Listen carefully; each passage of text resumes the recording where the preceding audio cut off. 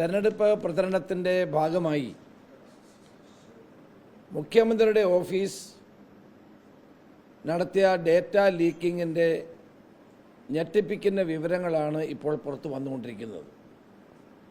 K smart ആപ്ലിക്കേഷനിൽ നിന്ന് ഉദ്യോഗസ്ഥരുടെ സമ്പൂർണമായ വിവരങ്ങൾ PRDക്ക് കൈമാറണമെന്ന് ആവശ്യപ്പെട്ടുകൊണ്ട് ഉള്ള കത്ത് നൽകിയത് മുഖ്യമന്ത്രിയുടെ ഓഫീസിലെ special duty officer on special duty Sitaram Sambasiva Rao ആണ്. ആ കത്താണ് ഞാൻ നിങ്ങളുടെ മുമ്പിൽ അവതരിപ്പിക്കുന്നത്. ഈ കത്ത് എഴുതിയത് 31/12/2025 അന്ന് ചീഫ് മിഷൻ ഡയറക്ടർക്ക് അയച്ച കത്ത് ഞാൻ പുറത്തുവിടുകയാണ്.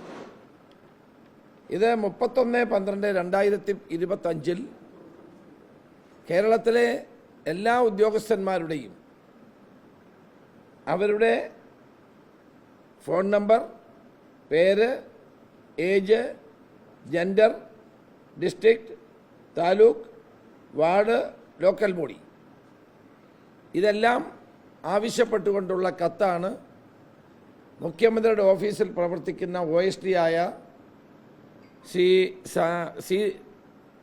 സീറാം സാംബശിവ റാവു എല്ലാവർക്കും കത്ത് മുഖേന അറിയിച്ചിട്ടുള്ളത്. അത് പറയുന്നത്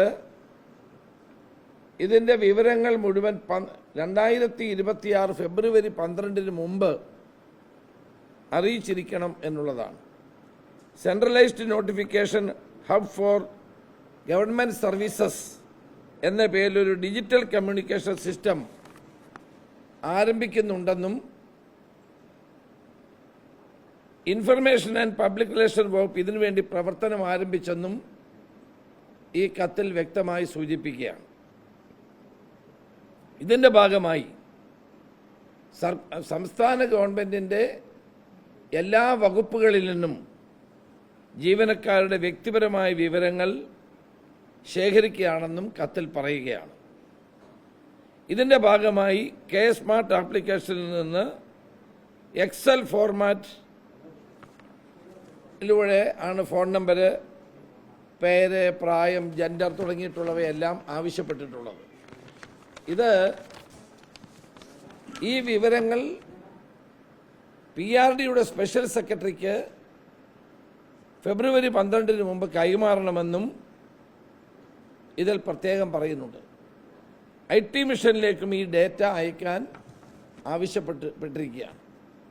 ചുരുക്കത്തിൽ കേരളത്തിലെ സർക്കാർ സർവീസിൽ ജോലി ചെയ്യുന്ന മുഴുവൻ ഉദ്യോഗസ്ഥന്മാരുടെയും പേഴ്സണൽ ഡീറ്റെയിൽസ് ആവശ്യപ്പെട്ടുകൊണ്ട് മുഖ്യമന്ത്രിയുടെ ഓഫീസിൽ പ്രവർത്തിക്കുന്ന officer on special duty OSD Sriram Sambasiva Rao കത്തയച്ചിരിക്കുകയാണ്.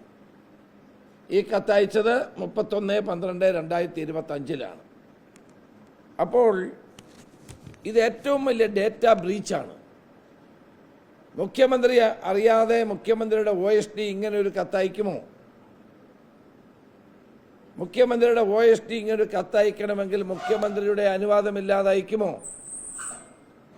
അതുകൊണ്ട് ഇത് മുഖ്യമന്ത്രിയുടെ നേരിട്ടുള്ള നിർദ്ദേശത്തിൻ്റെ ഭാഗമായിട്ടാണ് ഈ കത്ത് എല്ലാ വകുപ്പ് തലവന്മാർക്കും അയച്ചു കൊടുത്തിട്ടുള്ളത്. നിയമസഭാ തെരഞ്ഞെടുപ്പിനെ ലാക്കാക്കിക്കൊണ്ട് കേരളത്തിലെ ലക്ഷക്കണക്കിന് സർക്കാർ ജീവനക്കാരുടെ പെൻഷൻകാരുടെയും സ്വകാര്യ വിവരങ്ങൾ ശേഖരിക്കുകയും ഇത് തെരഞ്ഞെടുപ്പ് പ്രചരണത്തിന് വേണ്ടി ഉപയോഗിക്കുകയും ചെയ്യുന്ന മാരകമായ ഡേറ്റ ബ്രീച്ചാണ് ഇവിടെ ഉണ്ടായിരിക്കുന്നത്. ഇത് സുപ്രീം കോടതിയുടെ നിരവധി വിധികൾ നിലവിലുണ്ട്. Puttaswamy versus union government of India കേസിൽ ആണ് ഏറ്റവും അവസാനമായി ഡേറ്റ ബ്രീച്ചിനെ സംബന്ധിച്ചുള്ള ഉത്തരവ് പുറപ്പെടുവിച്ചിട്ടുള്ളത്. ഒരു വ്യക്തിയുടെ സ്വകാര്യതയിലേക്ക് കടന്നു കയറി അയാളുടെ വിവരങ്ങൾ ശേഖരിക്കുന്നത് ഗുരുതരമായ തെറ്റാണെന്നും നിയമലംഘനമാണെന്നും വ്യക്തമായി തന്നെ സുപ്രീം കോടതി ചൂണ്ടിക്കാണിച്ചിട്ടുണ്ട്.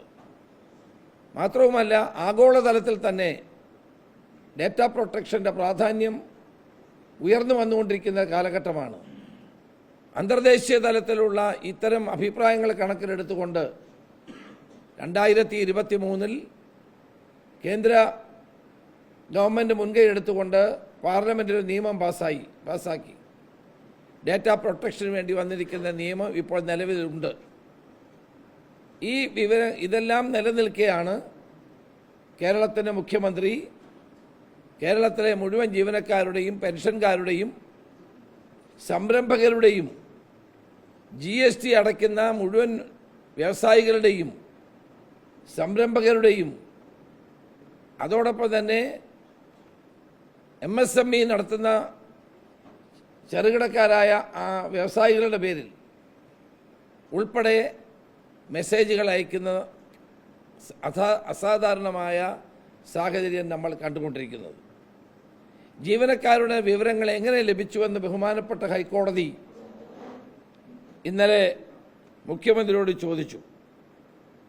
ഇപ്പോൾ ഈ കത്ത് പുറത്തു വന്നതോടുകൂടി എങ്ങനെയാണ് ഉദ്യോഗസ്ഥന്മാരുടെ വിവരങ്ങൾ മുഖ്യമന്ത്രിക്കും മുഖ്യമന്ത്രിയുടെ ഓഫീസിനും കിട്ടിയത് എന്ന് പകൽ പോലെ വ്യക്തമാവുകയാണ്. ഈ കത്തിൻ്റെ കോപ്പി ഞാൻ നിങ്ങൾക്ക് ഇപ്പോൾ ഇട്ടു തരുന്നതാണ്.